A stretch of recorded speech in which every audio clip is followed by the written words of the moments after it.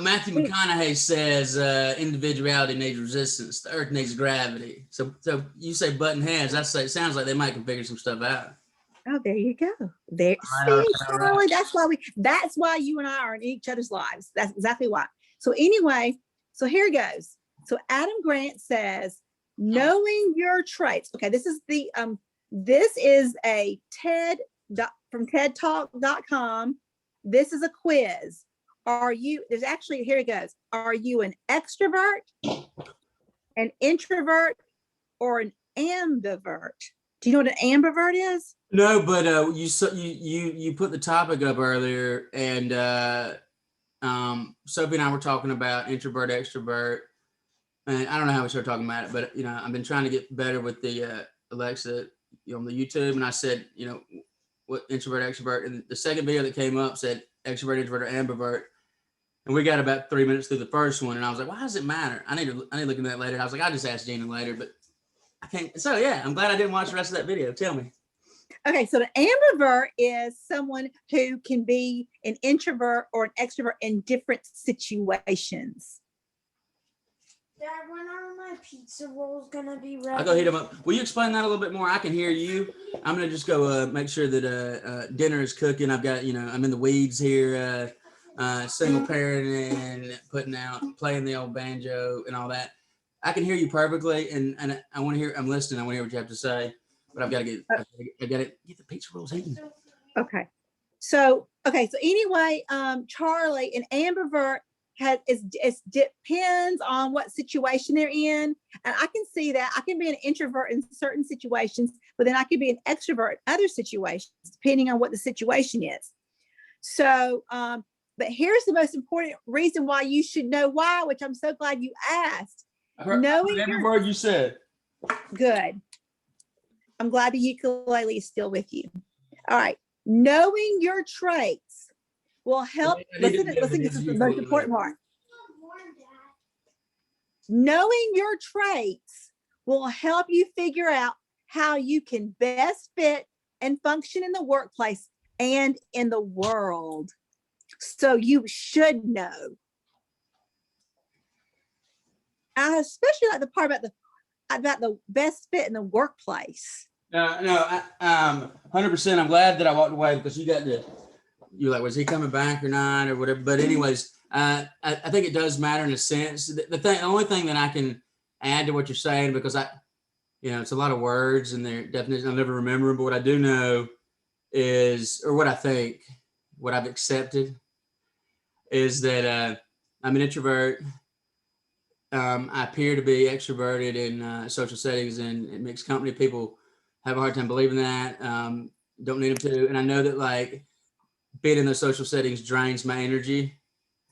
And I'm just a little more introverted, intimate person, and I prefer like 3 people in a conversation. Sophie and I were talking about this earlier. My soon-to-be 10-year-old daughter, like, you can't really connect with anybody past the weather and just like nice new shoes or whatever. When you have a big group of people, sitting around, you have to really, especially with me, I guess. But you have to, you can really have a conversation when you have, 2 people, 3 people, and figure some stuff out. And I think introvert, I think on the YouTube video, whatever we watched, said that there's a lot of reflection inside internally, and extrovert's kind of like outside. But I think, and then when they start talking about introverted, extrovert, and all that kind of stuff, I don't know if it was talking about Hillary Clinton, and Bill Clinton was an extrovert. So, my Enneagram's 4, so like I don't like these boxes. But what I do know is that I appear to be extroverted to outside people. I know I'm an introvert in terms of I just go with my gut right now, and I know that even like doing these things where there's other people out there and like can see and vulnerable, like tends to drain more of my energy. But certainly if I went to a cocktail party and talked to like 5 different people, and I kind of learned with work, Gina, I quit trying to like have that. I tried to like, yeah, and Joni knows it because we've done a really good job. I try to save my energy. If I try to save my energy because I only know how one way to talk to people really. So that's why some people might not have time to take my calls sometimes, or might not make eye contact if if I still shopped at a grocery store and didn't order groceries, and that kind of stuff. But I was wondering what. Yeah, I like this conversation. Wait a minute, are you good at eye contact?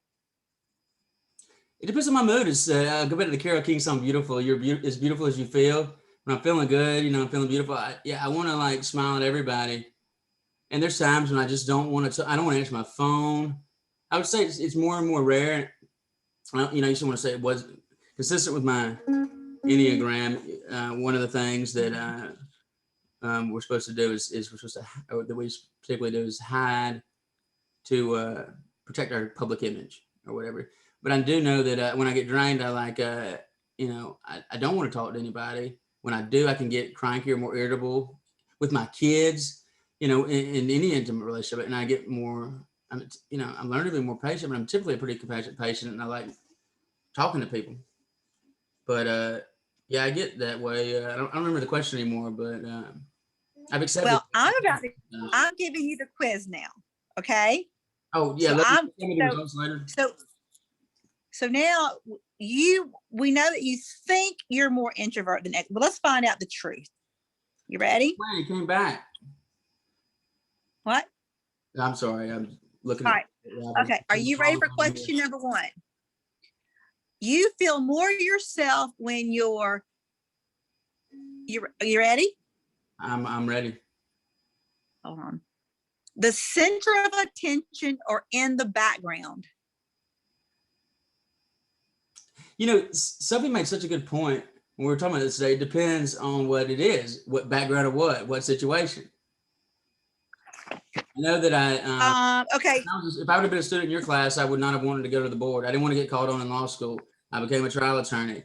I feel alive and in control, and I feel like more. Money Team knows. Frigoni knows that.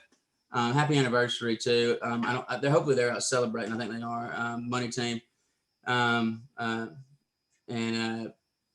It's when I'm in the courtroom, their son did. He looked at me just in such a perfect way and said, "All right, Alpha, I take control. It's almost like I can be a real dick and an asshole, but it is a control thing. So it depends on the situation." And I think that's the right answer. And I caught myself apologizing there a little bit, Gina. I could have just said it depends on the situation. No, don't apologize. Don't ever apologize. But I need for you to give me you didn't answer. You have to tell me either the center of attention or in the background. You have to give me one. And I'm going to, Charlie, I think I'll take the background. Usually the center of attention. If I'm advocating for somebody and their life's on the line, I want to be in the center of attention all the time, Gina. But I promise you, I can't exist or live in the center of attention and take care of myself or love myself. So that's my honest answer. And maybe that's why I haven't really connected with the introvert extrovert, but I want, keep going. I don't want to frustrate. Okay. I'm trying to get I'm trying to collect data. Do my best. All right. The people who know you best are more likely to describe you as someone who's outgoing and talkative or quiet and reflective. They're going to say I'm outgoing and talkative.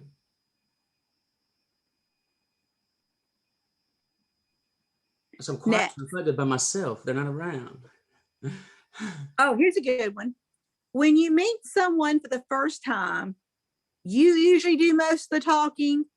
You usually do most of the listening. I'm trying to think the last time I met somebody for the first time. If I'm excited to meet them, I know that I'll try not to. Yeah, no, I'll do most of the talking because it happened last night. I was with a friend that my godmother that was in this picture. I love very much. They provided me these delicious cocktails for cocktail hour right here on Valentine's Day, and and I met her college roommate who was from Nebraska. And I'm obviously hook 'em horns.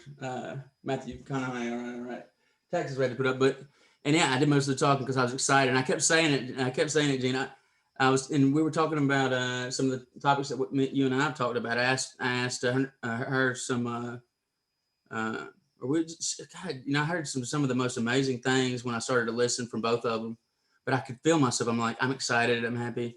It's a situation of grief and, comfort. It's one of those situations that can be very awkward, but it was just, it also, there's something about it that I love and enjoy because it's the authentic, the bullshit's aside and like somebody just died, a life was lost and we don't have time, everyone just checks in for a second and realizes how valuable and how much life is a gift. I wouldn't say that my godmother's like that at all.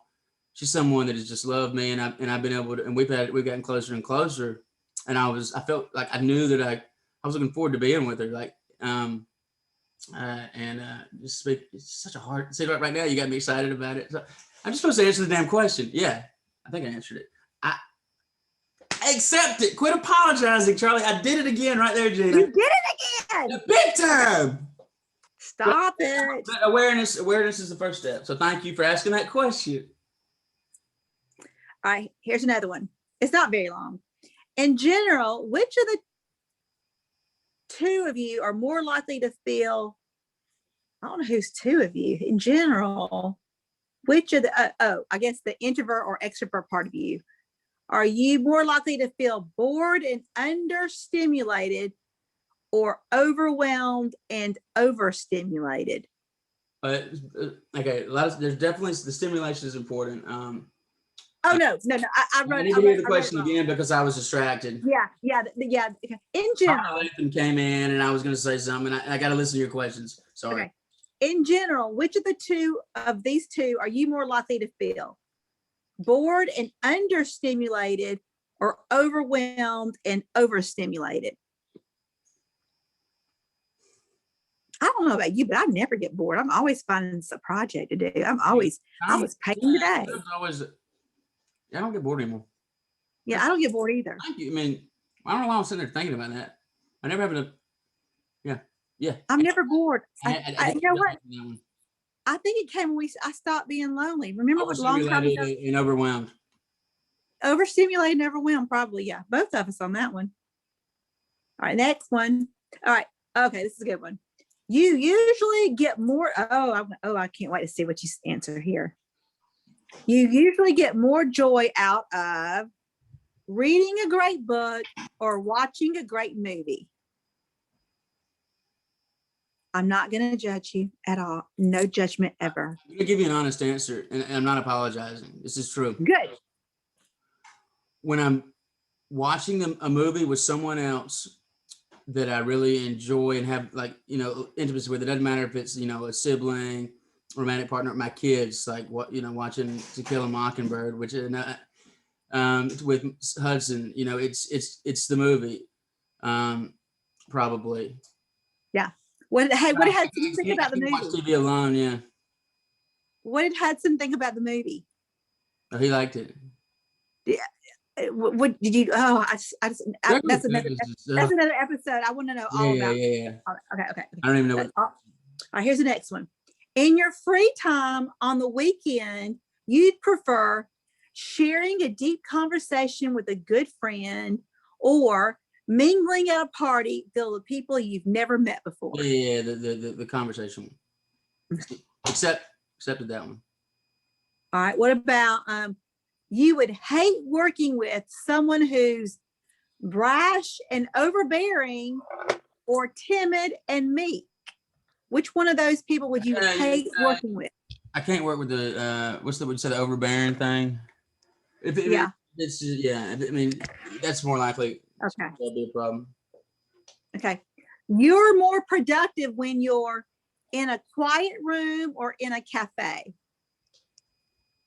Quiet room. And neither. All right.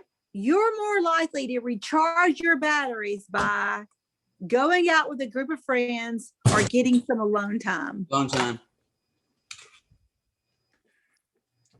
You tend to find talking to new people energizing or awkward.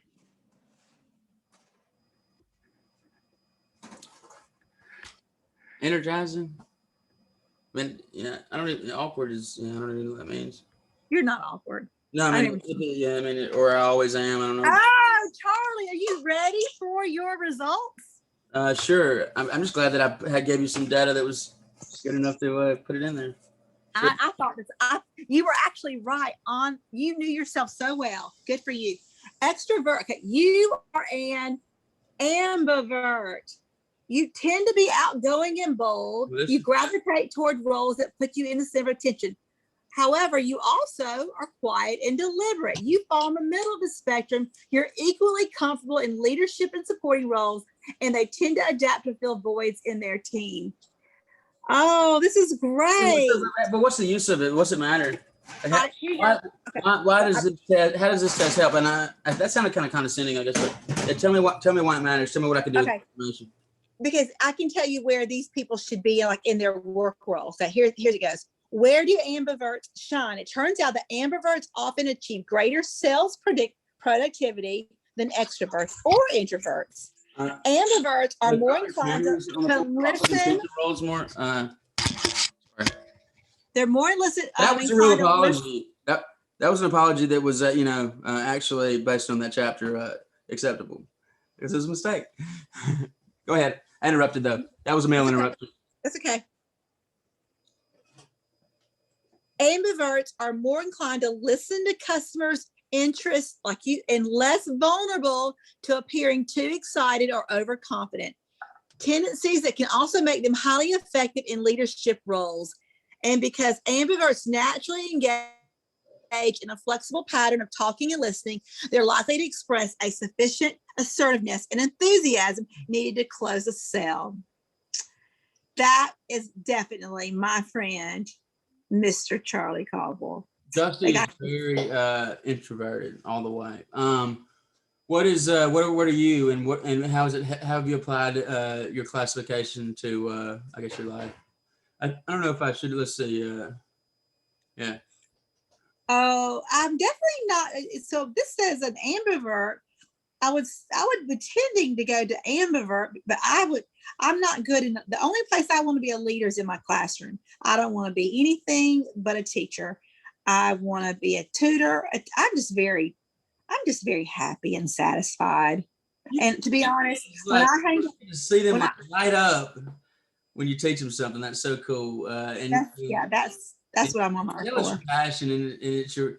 We're limited by words, but it's your passion, your purpose. It seems like it, and that's it makes me happy. Yeah. Well, I'm going to take some soup to my friend, and then I'm going to eat some soup, and then I'm going to read a book, and then I'm going to go to bed. But before we go, I did say one thing. So I listened to a little podcast talk about vulnerability. So when Mick Fleetwood asked, because Lindsay, 2 years ago, I saw Lindsay Buckingham. You teased us earlier. I saw Lindsay Buckingham and Christy McVie at Chastain Park. There's probably like 5 people there, but I enjoyed it. Bob Dylan's son opened for them, Jacob, with that Wallflowers, but it was rainy. It was a great night. But so this last year, but the pandemic happened. Fleetwood Mac was supposed to tour, but then of course the world ended as it was, and that tour did not happen. But this is the worst part of it. They had asked they kicked Lindsay Buckingham out. He was not to tour with them, and there were some hurt feelings. They had to give him a substantial amount of money. Anyway, the reason why I'm telling you this story is that Mick Fleetwood asked Lindsay to join his band, and so Lindsay said, "Well, I'm not going to go unless you bring my girlfriend on. My girlfriend comes with me," and it was Stevie Nicks. So they go on, and they're all. They're nice. You brought up the Eagles later. Let me just throw one of my last mail interruptions in and say, Leather and Lace, Don Henley, and Stevie Nicks. Well, that's one man that she had an affair with. Which I'm not, shaming her at all, but she broke Lindsay's heart big time. And so I want you to imagine for a moment loving someone so much that you write this song. Hold on, I was going to have it, but I was started talking too much. You love someone so much No, that's not it. That's not the song, but Okay. it's close. I'm not sure about What do you? Alexa's trying to get on our podcast. Go ahead. I see her doing that. It is actually Oh, I'm looking at my library. I had it in my library. Silver Spring. Nope, not Silver. Good, you're doing good. I'm You're feeling doing the good. you know, Rihanna. But I think I've. Listen to the words. Listen to the words. It's the right thing to go your own way or whatever. Go your own way. Dude, Gina, there's so much beautiful music that comes from like I guess that maybe that's what I don't even know if Lord Alfred Tennyson meant or was thinking about when he said it's just better to have loved and lost than to have never loved at all. And Okay, we wouldn't have but such he good had to be. music if so many people hadn't chosen to love and lost. But he had to be on stage every night with I her, don't know how you do it. playing that music with the woman he loved, standing right, singing together. Jackson How Brown. did- Yeah. I'm gonna write him a letter. Like Sam, which I don't think he's watching, but that's why that mail interruption came. Yeah. Yeah, singing that song next to him on stage and all that. Oh, yeah. Well, I mean, No, Charlie, listen to me. Listen to me. I'm listening. Charlie Cauble. I'm listening. If you can listen to Bleed to Love Her tonight and not cry, I'll give you $5. Tell me what you think. You think it makes significant? Five fake dollars. Significant because they were on stage together and had to sing it, or tell me what. Tell me what you said when I was interrupting.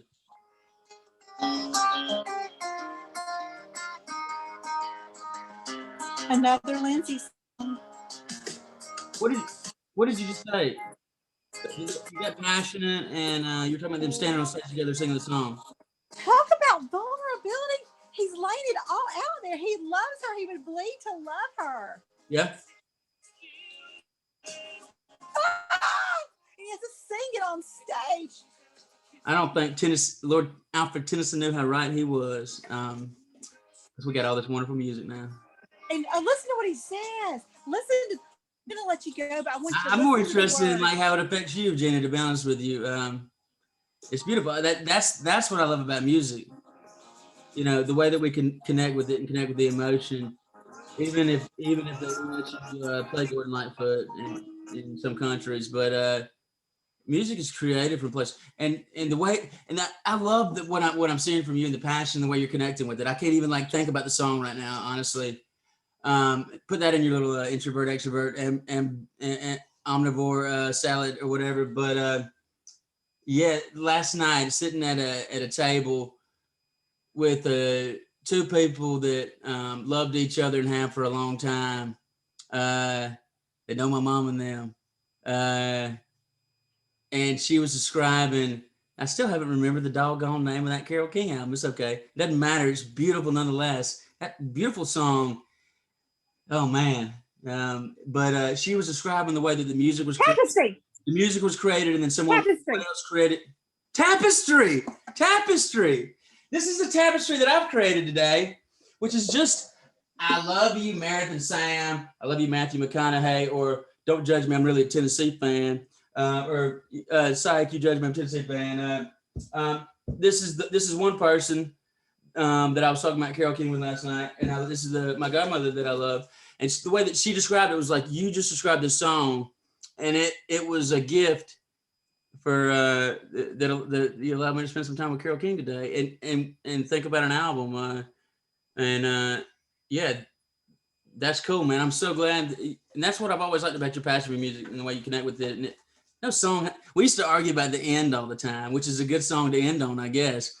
And we would argue. We actually argued about what it meant, but we were both wrong and both right, or it doesn't matter, because whatever you connect with, it's yours. And the green light, Matthew McConaughey, his mama would say, "Do you understand it? Do you like it? If you like it, you understand it, then it's yours." Which is great for me because I'm a lawyer and we're professional plagiarists. Charlie, I just want to tell you before we leave, I want you to have the last word, but I want to tell you. I want to have the last word. This is very important that I don't. I want to tell you this. You continue to inspire me on the daily. You have a heart of gold, like Neil Young said, and I'm very thankful to have you in my life, to have you as a friend. I don't know too many people who would dress up in a red suit, but you truly make a difference in this world. And I want to tell you, thank you. Thank you for being my friend. You're welcome. And I'm going to take you up on the last word. Are you, I gotta do something in that red suit on, Monday, I can't do it alone, but the red suit will be involved. This will be involved, and then some more things too. Like, I can't wait to hear about it. I did. Yes or no? It doesn't matter. You can talk to me later. Yeah, we'll talk about it. Monday afternoon. You're a special person. I hope you have a wonderful rest of your weekend. I'll talk to you later. Bye. I guess I need to go. Bye. Quit recording this and then go off Facebook Live, or I could just stay here and see, like, and I could just wait till the last person leaves on Facebook Live. I'm gonna end this recording.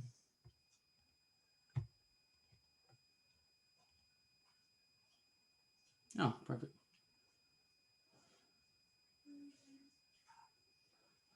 Oh, I don't know what's gonna end first. Oh, there we go. Hook 'em horns, rocky top, doesn't matter.